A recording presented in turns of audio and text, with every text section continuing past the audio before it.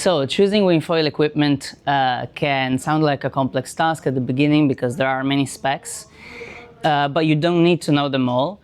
For this occasion, I came here to KTS. I'm with Danny.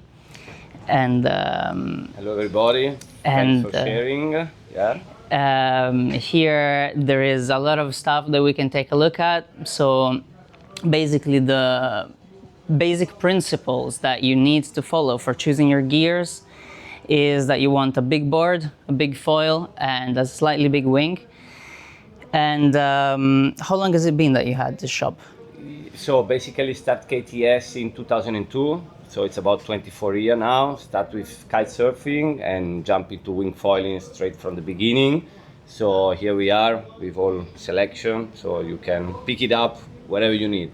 Fantastic. Yeah. So let's go and quantify what big means. So big board means that roughly you want to double your weight in kilos to find the liters of the board. So if you weigh 70 kilos, you want roughly something that is 140 liters. Every board has the liters written somewhere. In this case, they're written very small down here. Basically, you have range. If you weigh 70 kilos, you can go from roughly 120 to 160. There is difference between 120 and 160, but it's basically irrelevant stuff because as the board gets bigger, you trade control for stability, but within this range, it doesn't really make any difference. Now, the way that the volume is distributed in the board in the different dimensions also matters because width and length are much more important for stability than thickness. So if you are looking to two boards with the same liters and one is thicker, the other one is thinner, you probably want the thinner one because it's gonna have more width and length and gonna be more stable. At this point, I can already hear a lot of people asking, are inflatable boards okay? And yes, they're totally okay. They are quite solid by now. The design is super good.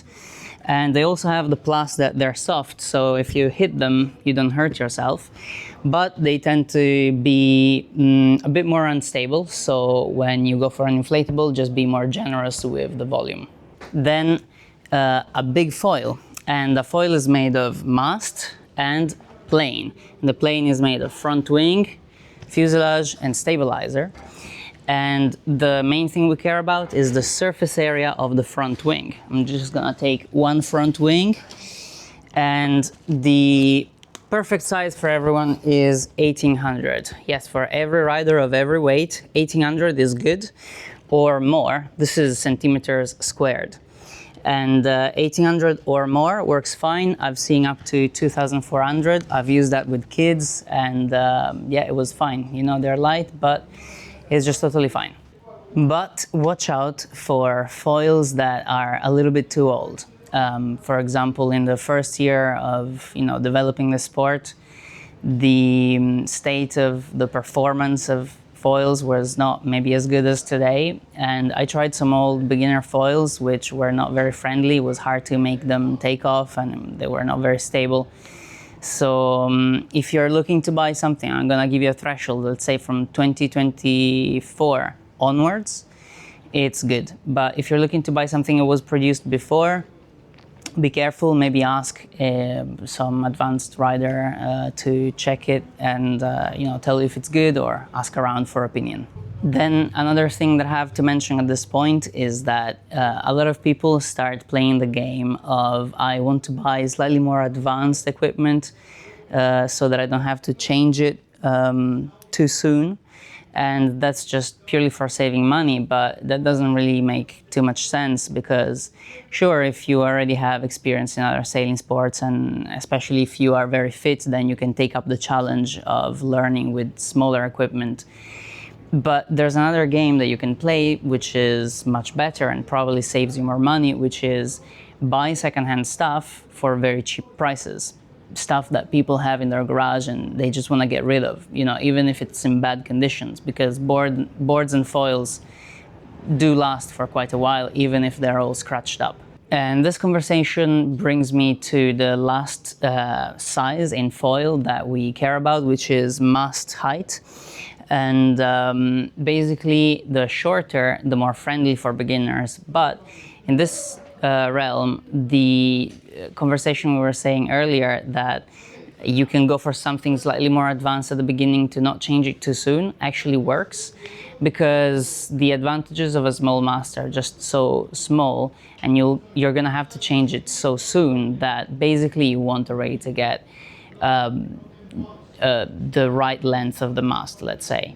And the right length for starting is between 75 and 85 centimeters. Next, we have the wing size, and the correct wing size depends on the wind strength and the body weight of the rider. So since the best wind strength for learning is about 15 knots, I'm gonna take that as a reference, and then I'm gonna tell you, you want a slightly big wing, which means that you basically want to just get the wing in power position and have the power to fly. And if you weigh 70 kilograms, then 5 square meters for the 15 knots we chose is perfect. From this baseline, you can add or subtract half square meter for every 10 kilograms. Now, does it make any difference if you have soft handles, rigid handles, or booms? Well, there are, I would say it feels different, but for learning is kind of the same. Like, each one of these designs work just fine, but it won't really change the speed at which you're learning. My personal preference is the boom, because it gives you a little bit more freedom to explore how the wing works, but more freedom also means more possibilities to do things wrong. But anyways, if you see in my tutorials, I have some exercises that you can only do with the boom. But it's totally a matter of preference, and it's absolutely not important. And notes that I have to make about buying secondhand wings is that the fabric of the wings gets worn out.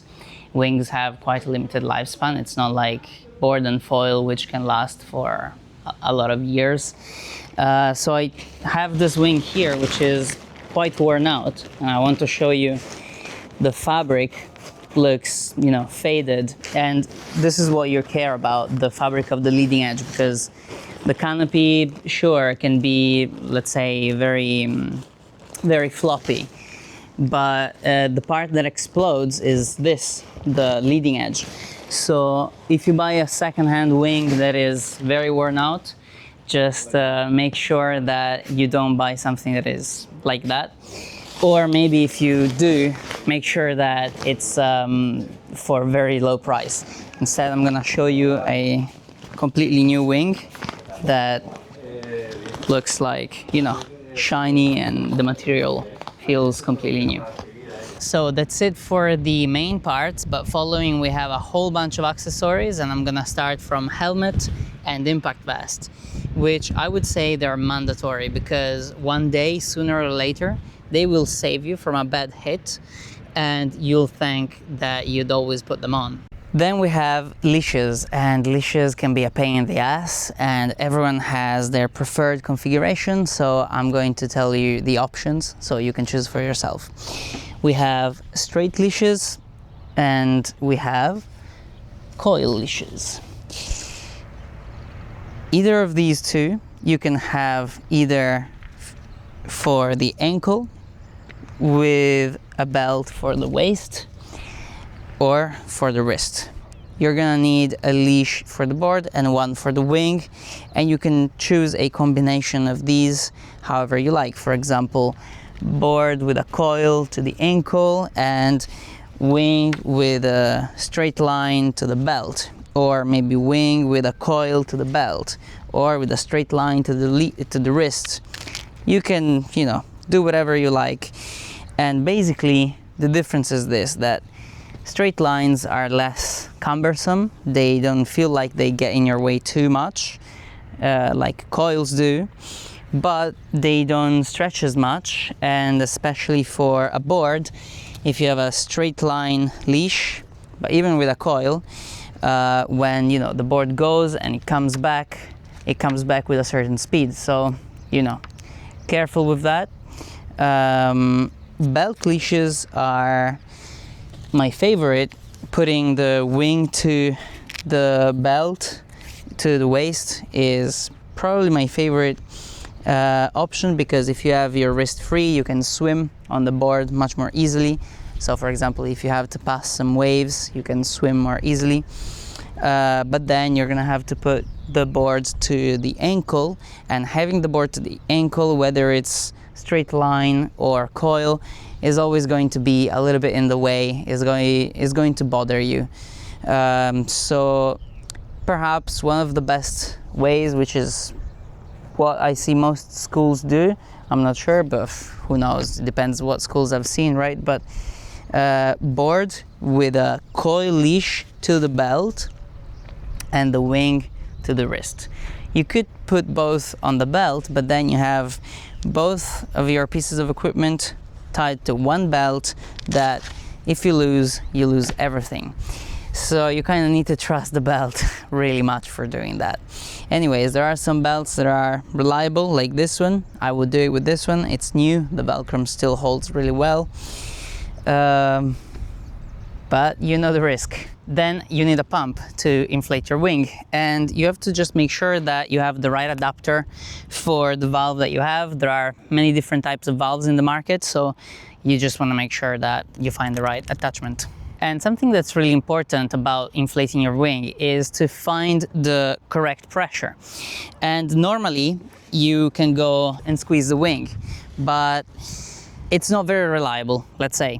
And the manometers you have on the pumps, I have a duotone pump and I have a duotone wing. They should be made for each other, but turns out that I've never found a pump that has a manometer that is actually reliable.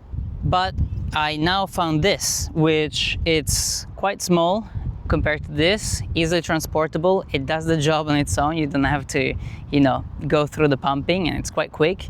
And it just inflates at the same pressure, is reliable. And every time you remove the tube and put it back into the valve, it always gives you the same value. So I like that. And also the feeling with the wing is just more reliable. And that was actually quite good. It's good for learning, so that you always have a consistent reference point in your wing, because you know it's inflated at the same pressure. And also for progression, for me, was really important, because I started realizing how exactly to inflate my wing. I was able also to add or remove half a PSI, which is something that it's a level of precision that you cannot really have on this one. And it was really nice to experiment with the wing and figure out its potential at different pressures with different conditions. Anyways, I ended up being affiliated with Airbank, and you can find a code for a small discount in the description. Shoes are not necessary. You only need them if it's cold or rocky. But something you should know is that they give you more grip, which is not necessarily good because you can't slide your feet around the board as easily. So unless you have a slippery pad, it's actually easier without. Knee pads. This is an absolute must for every beginner, no matter how much windsurfing or kiting you've done before, because it will allow you to spend more time on your knees, which means more practice time, which will mean you will learn to control the wing much better and much faster. So trust me, even if you have a long wetsuit, put them on top. Gloves are not advised because you lose grip, and many people who use gloves start getting their forearms and pulley tendons pretty fatigued because you have to squeeze harder. So if you're riding cold weather and you want gloves, get open mittens. And once you have all of this equipment, then you need to tune it, and for that there is gear tuning for beginners. So that's it. That was my attempt to simplify the job of buying your first gear and make it as simple as possible. Anyways, if you see my other tutorials, you'll see that I like to go very much in details in technique, which is really what matters. Gear does matter, but less. So, don't give yourself too many excuses. And if you're in Tarifa, come to KTS for anything you need, equipment, rental, or lessons, and keep flying.